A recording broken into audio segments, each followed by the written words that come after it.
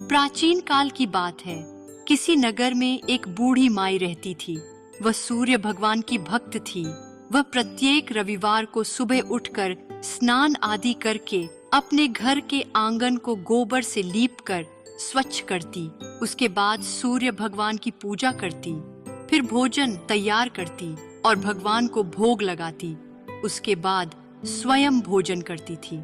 सूर्य देव की कृपा से उसे किसी प्रकार की कोई चिंता और कष्ट नहीं था। धीरे धीरे उसका घर धन धान्य से भरता गया। बूढ़ी माई की एक पड़ोसन थी जो बूढ़ी माई को खुश देख उससे बहुत जलती थी। बूढ़ी माई के पास कोई गाय नहीं थी, इसलिए रविवार के दिन अपना घर लीपने के लिए वह अपनी पड़ोसन के आंगन में बंधी उसकी गाय का गोबर लाती थी। एक दिन बूढ़ी माई अपनी पड़ोसन के घर गाय का गोबर मांगने के लिए गई। अरे बुढ़िया, तू फिर आज गोबर मांगने आ रही है। मेरे यहाँ से गोबर ले जाकर ना जाने क्या करती है। आज तो मैं ना दूंगी इसे गोबर। बहन, थोड़ा गाय का गोबर मिलेगा क्या? आज रविवार है और मुझे आंगन लीपकर सूर्य देव की पूजा करनी है। माँ जी, गोबर तो अब नहीं मिल पाएगा। ऐसा क्यों? क्योंकि अब गाय नहीं रही, उसे बेच दिया हमने। गाय दूध अच्छे से देती नहीं थी, ऊपर से उसका खाद पानी का सारा बोझ बढ़ गया था, तो इसलिए बेच दिया। अब खाली गोबर के लिए तो गाय पालेंगे नहीं, है ना? बूढ़ी माई सब समझ गई कि उसकी पड़ोसन जानबूझकर उसे गाय का गोबर नहीं दे रही है, लेकिन वो बिना कुछ कहे वहां से चली जाती है। हे सूर्य भगवान, गोबर न मिलने की वजह से मैं अभागन तेरी पूजा न कर सकी, मुझे क्षमा करना।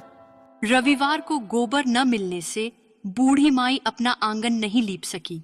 आंगन न लीप पाने के कारण उसने भोजन भी नहीं पकाया, ना ही उसने सूर्य भगवान को भोग लगाया और स्वयं भी भोजन नहीं किया। सूर्यास्त होने पर वो भूखी प्यासी सो गई। रात्रि में सूर्य भगवान ने उसे स्वप्न में दर्शन दिए। माते, मैं तेरे भोग की प्रतीक्षा कर रहा था, लेकिन आज के दिन तूने मुझे भोग नहीं लगाया, क्यों? क्षमा चाहूंगी सूर्यदेव। वो क्या है कि मेरे पास कोई गाय नहीं है। मैं इस रविवार घर लीपने के लिए अपनी पड़ोसन से गाय का गोबर मांग कर लाती हूँ और उससे ही घर लीपती हूँ, लेकिन आज उसने गोबर देने से मना कर दिया, इसलिए ना मैं घर लीप पाई और ना ही भोग चढ़ा पाई। बस इतनी सी बात है, मैं अभी तेरी ये समस्या दूर करता हूं। जा, जब तू भोर में उठेगी तो अपने घर के बाहर एक सुंदर से गाय व बछड़े को पाएगी। ऐसा कहकर सूर्यदेव अंतर्ध्यान हो गए। प्रातःकाल सूर्योदय से पूर्व उस बूढ़ी माई की आंखें खुली तो वो उठकर अपने घर के बाहर गई। वहां एक सुंदर गाय और बछड़े को देखकर वो हैरान हो गई। वो समझ गई कि ये सब सूर्यदेव की माया है। हे सूर्यदेव, आपकी माया अद्भुत है।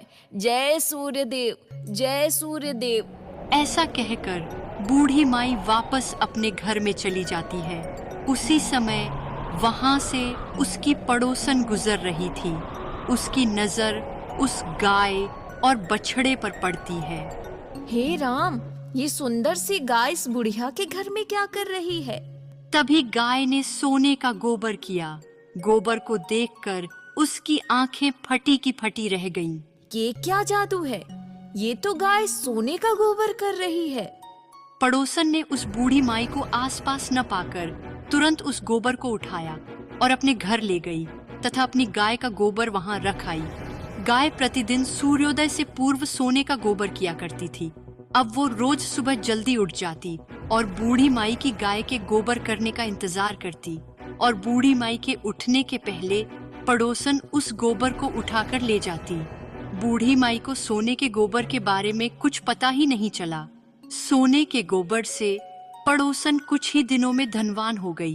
वो पहले की तरह हर रविवार को सूर्यदेव का व्रत करती रही और कथा सुनती रही। एक रात सूर्य भगवान ने ने गाय को घर के अंदर बांध दिया। गाय के अंदर बंधे होने की वजह से उस दिन पड़ोसन उसका गोबर नहीं उठा पाई। भोर में जब बूढ़ी माई गाय के पास आई तो उसने जमी पर सोने का गोबर पाया। ये देख बूढ़ी माई के आश्चर्य का कोई ठिकाना नहीं रहा। ये क्या? ये गाय तो सोने का गोबर देती है, लेकिन आज तक मैंने सोने का गोबर नहीं देखा। हो ना हो ये मेरे पड़ोसन का ही काम है।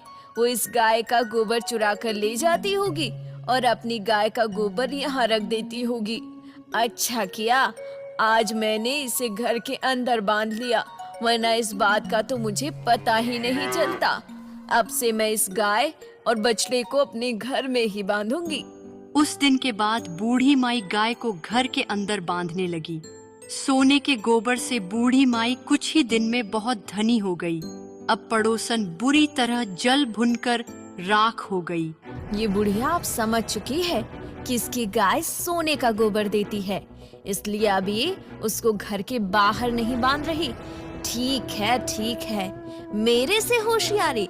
लेकिन इस बुढ़िया को ये नहीं पता कि मैं इससे ज्यादा होशियार हूँ। अगर इस गाय का फायदा मैं नहीं उठा पाई तो उसे भी नहीं उठाने दूंगी। आज ही मैं जाकर उसकी ये बात राजा को बताऊंगी।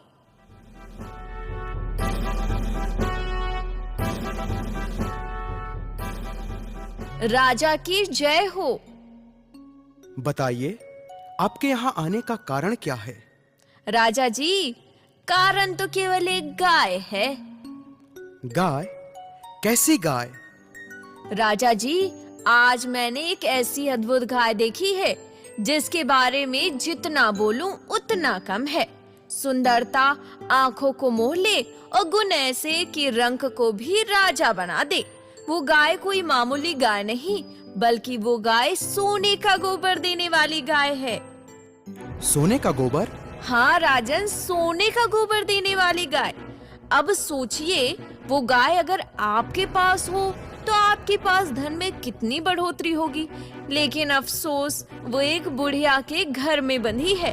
उस गाय को तो यहाँ इस राजमहल में होना चाहिए। देखो, अगर ये तुम्हारी बात झूठी निकली तो अच्छा नहीं होगा।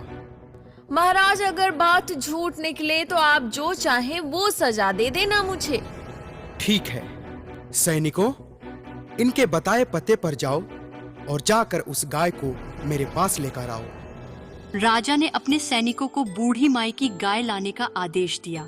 सैनिक उस बूढ़ी माई के घर पहुंचे।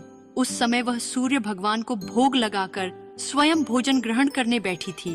राजा के सैनिकों ने गाय को खोला और अपने साथ महल की ओर ले चले। बूढ़ी माई ने सैनिकों से गाय को न ले जाने की प्रार्थना की। बहुत रोई चिल्लाई, लेकिन राजा के सैनिक नहीं माने। गाय के चले जाने से बूढ़ी माई को बहुत दुख हुआ। उस दिन उसने कुछ नहीं खाया और सारी रात सूर्य भगवान से गाय को पुनः प्राप्त करने हेतु प्रार्थना करने लगी। दूसरी ओर गाय को देखकर राजा बहुत खुश हुआ। उस रात राजा सो रहा था, तभी उसके सपने में सूर्य देव आए। राजन, जो गाय तुम लेकर आए हो, वो गाय मैंने उस बुढ़िया को वरदान स्वरूप दिया था। वो बुढ़िया हर रविवार को मेरी पूजा करती थी। इससे प्रसन्न होकर मैंने उसको वरदान दिया था। मेरे वरदान पर तुम्हारा कोई अधिकार नहीं है, इसलिए उस गाय को सम्मान सहित उस बुढ़िया को लौटा दो। तुम्हारे लिए यही बेहतर होगा। अगले दिन सुबह राजा उठा, तभी उसने देखा कि सारा महल गोबर से भरा था। हर तरफ बस गोबर और बदबू। ये देख राजा को सूर्य देव की बात याद आई। उसने तुरंत कुछ सैनिक बूढ़ी माई के पास भेजे और बूढ़ी माई को महल में बुलवाया। उससे अपने किए की माफी मांगी और गाय को उस बूढ़ी माई को सौंप दिया। वही और उस पड़ोसन को दंड दिया।